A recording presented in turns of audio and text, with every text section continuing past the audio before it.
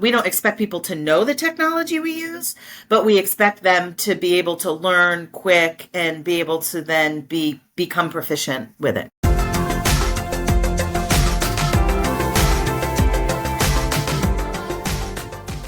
I also like the sentence you mentioned that people need to promote themselves. Yes. And I feel like that sometimes that staff may be shy from it because like for example, I take ownership of my career. When I want the next promotion and say I would like to be promoted to this role, what do I need to do? I look at the transparency, as you mentioned, the competency, what the requirements and everything.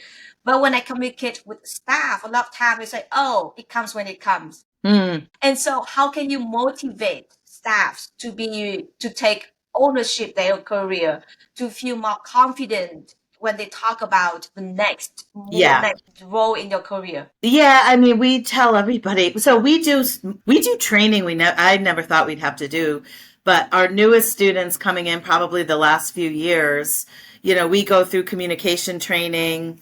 We go through role play about asking questions because remember, we're hiring generations that have grown up with technology. And so their comfort zone, and I have 2 kids. My daughter just graduated college. My son's a freshman, and their comfort zone is on apps, right? I'm going to send a chat. I'm going to go into my doctor portal. Nobody picks up the phone anymore and has a live conversation. And so when you get into a professional services career, it's all about relationships and building trust. And that isn't done on an app, and that isn't done in email.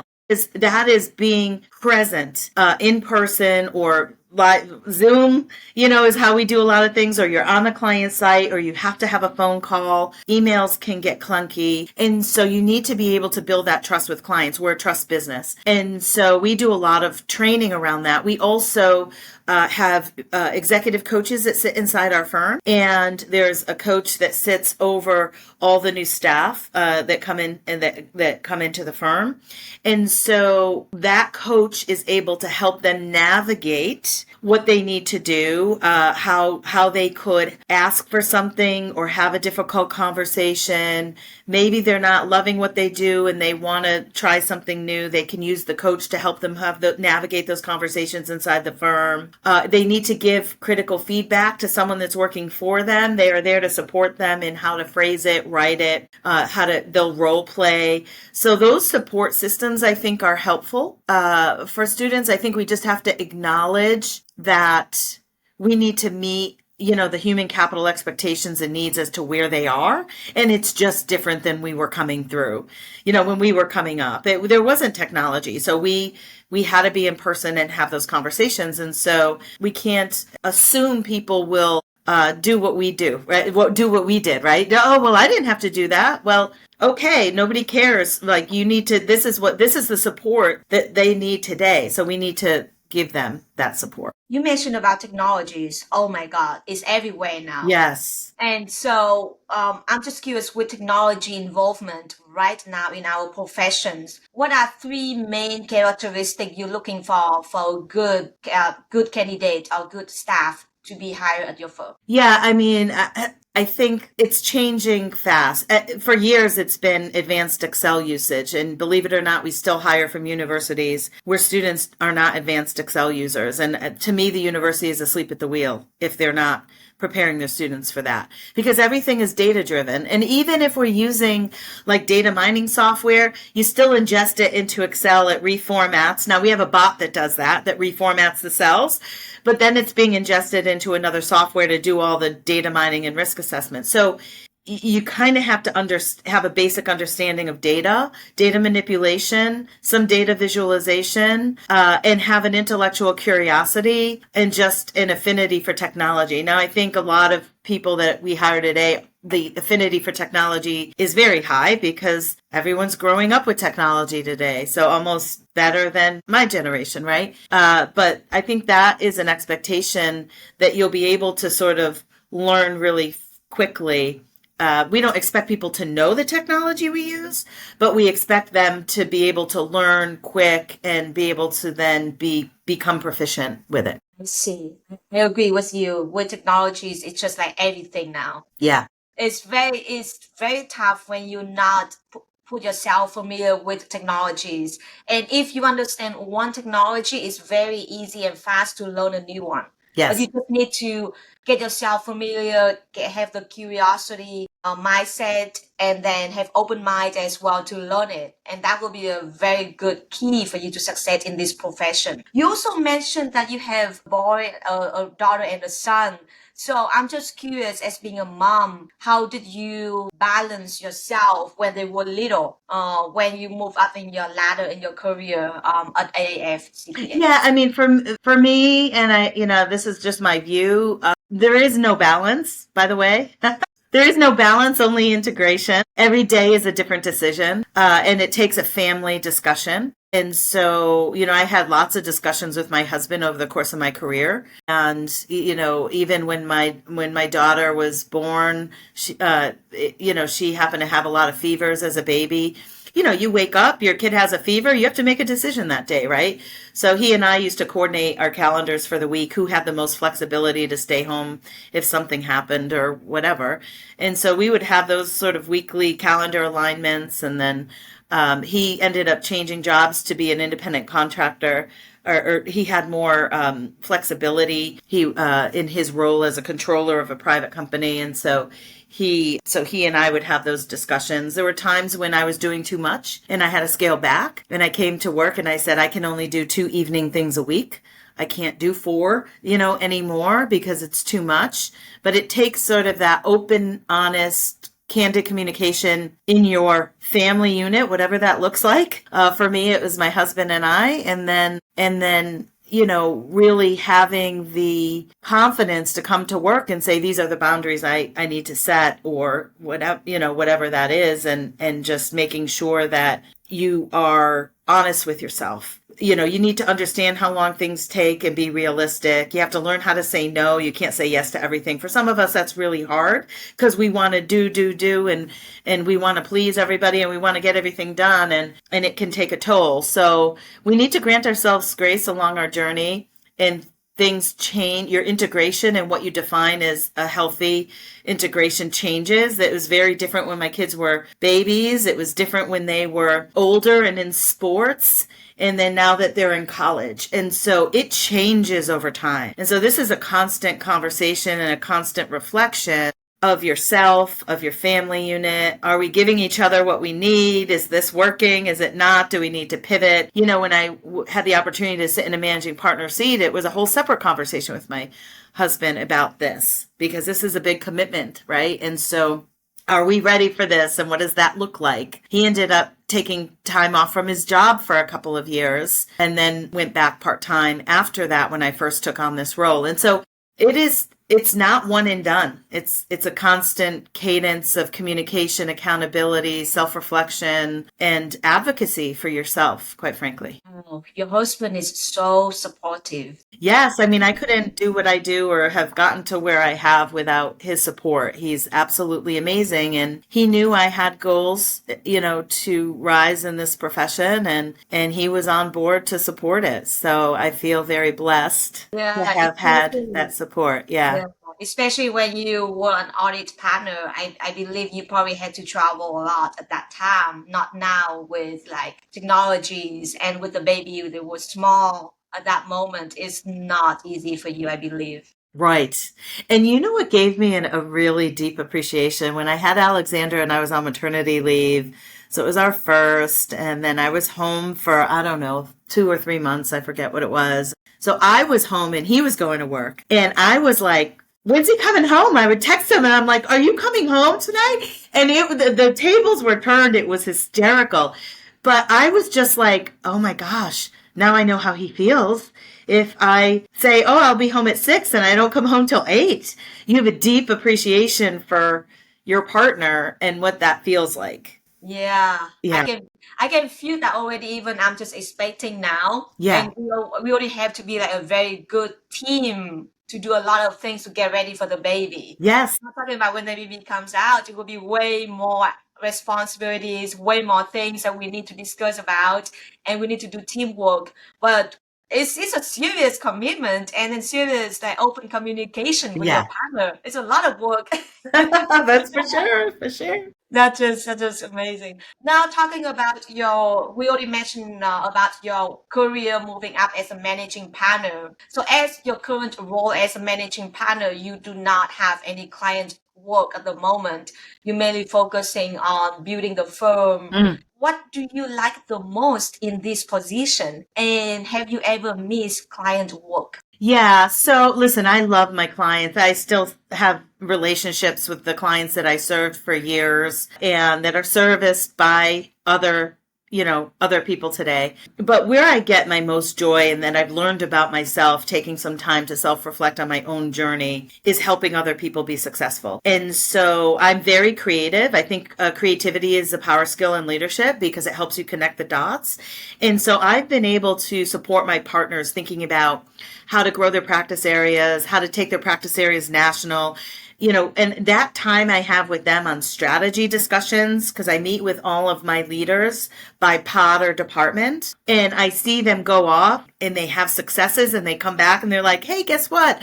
I'm on the national speaking circuit for, this particular group, or I just landed a client, across the country in the state. That is what gives me the most joy. So it is meeting with my partners and helping them think a little bit differently, get creative, and find success in that. That is probably my favorite part of the job, in addition to just the vision and strategy. Having been involved in my state society and then the AICPA, having deep, deep ties into the profession, and bringing that back here is and applying it to the strategy for growth is also a lot of fun. Yeah, you mentioned about state society and AICPA. That's the next topic I would like to discuss about volunteering activities. You found the Women's Opportunity Network and other initiatives. And can you walk us through like why you decide to fight this Women's Opportunity Network? Why you think it's necessary to create this? And over the year, what have you learned from it? Yeah. So as a new managing partner, I focused on this. So it was 2011. I sat in a managing partner seat. It's when I founded the Women's Opportunity Network. At the time, there were not a lot of women represented in leadership roles. And what I actually saw here at the firm was women got to the manager level and left. And people would make assumptions. Oh, I have to be like that person. She doesn't have kids, and that's the only way to get to partner. And we're really good at making assumptions about what we need to do. But if I was going to make positive change in the firm, I needed to know before people got to an exit interview why they were leaving.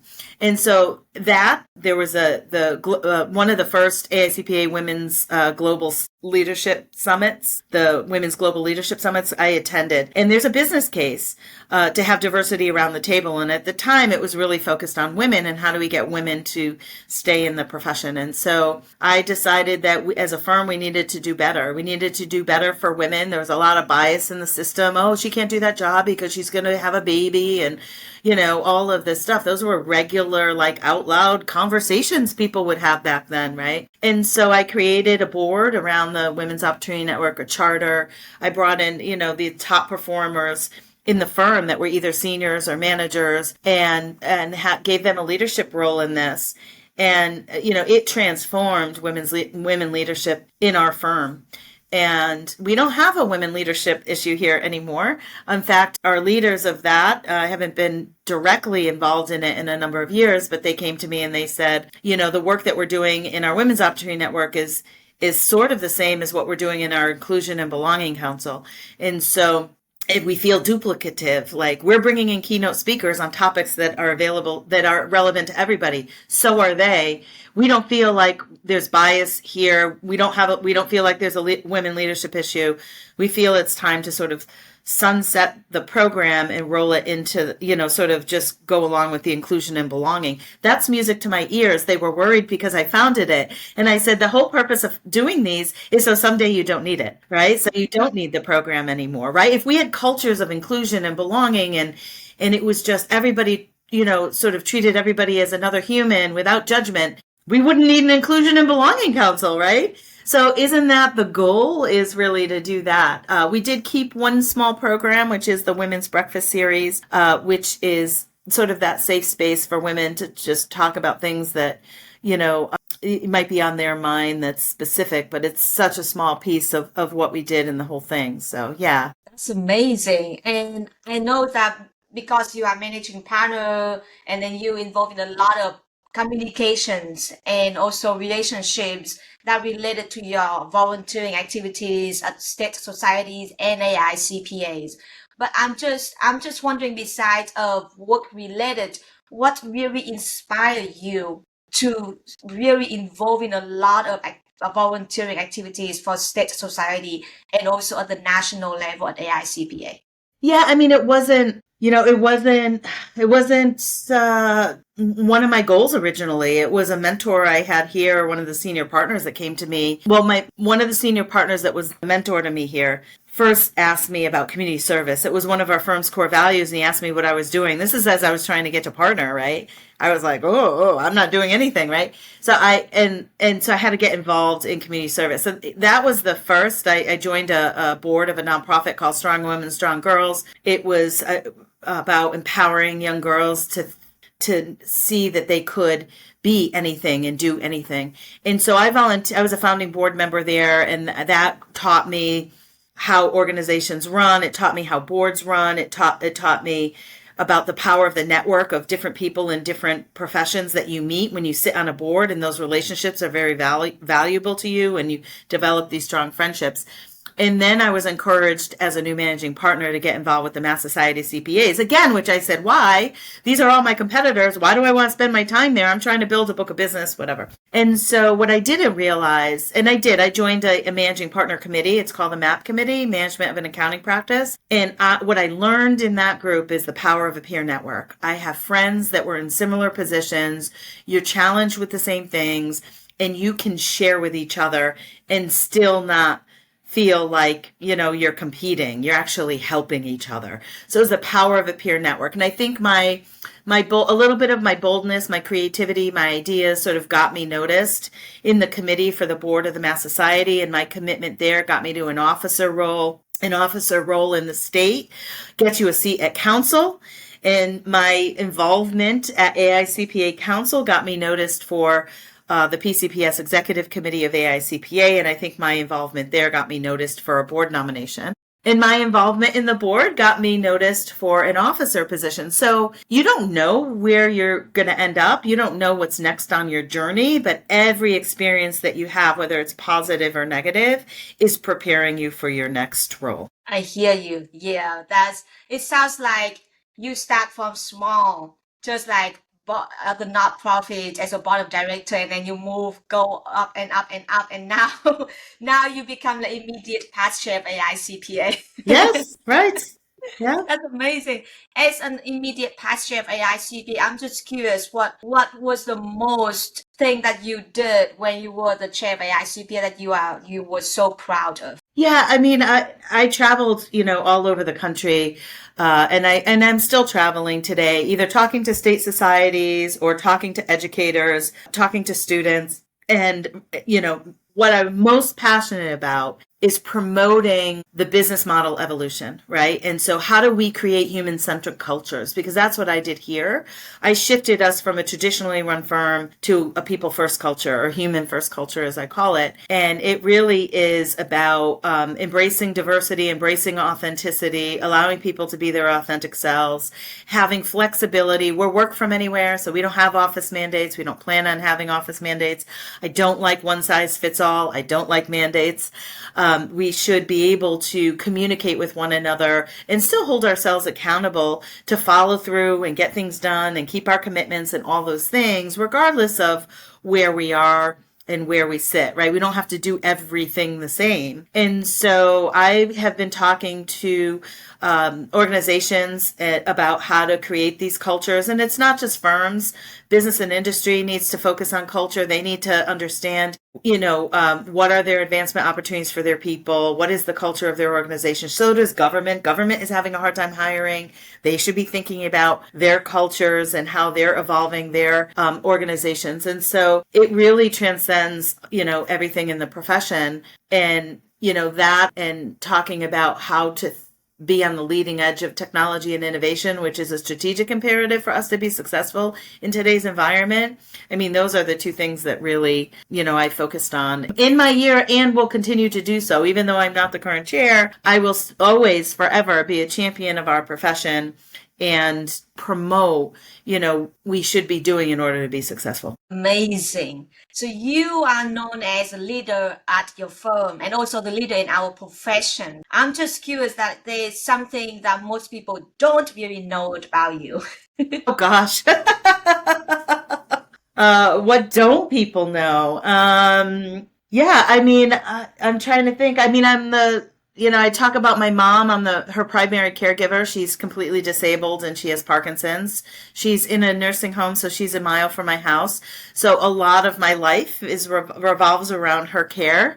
And so, people might not know that. I'm also a Peloton addict. So that's how I sort of re-energize is I get on my Peloton. I just feel really good after I do a ride. And so, yeah, so those are a couple of things, I guess. I'm sorry to hear about your mom, but that's amazing that you enjoy biking.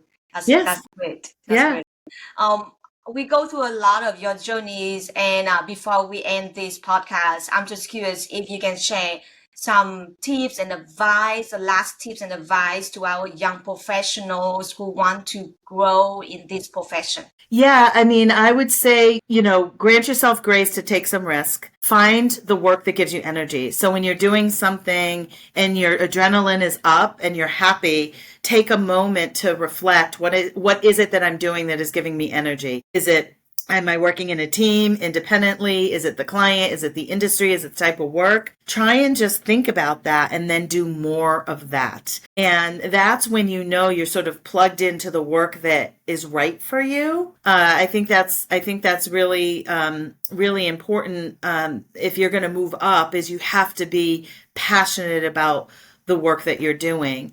And I think a good way to do that, if they have an opportunity to do one of these sort of personality profile testing to understand where their natural preferences are, I think that can help them think about roles that are right for their natural preferences. And there's a connection there, believe it or not. And I just listened to our transformation director, Sarah Fleischel, talk about this at the AAFCPA Engage conference, right? How she wished she knew type coach earlier in her career because it all made sense to her when she took the type coach test when she came here. She understood herself better, and then a light bulb went off. No wonder I wasn't happy being an audit partner in my firm, because I was meant to drive transformation and change and vision and strategy.